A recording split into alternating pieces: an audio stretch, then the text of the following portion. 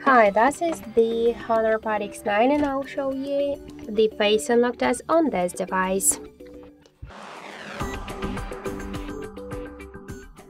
So I just set up my face recognition and now I'll make a couple of tries to unlock the device with my face and we'll see how fast this option is and does it works. So let's start. 1,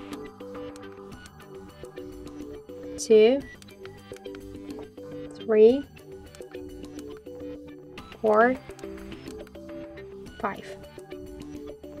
So as we could see, that face unlock option works here fast and correct, so you could try this unlock method, but don't forget that the face unlock is less secure than the passcode or pin code unlock methods. That's it, thank you for watching, and if you like this video, leave thumbs ups and subscribe.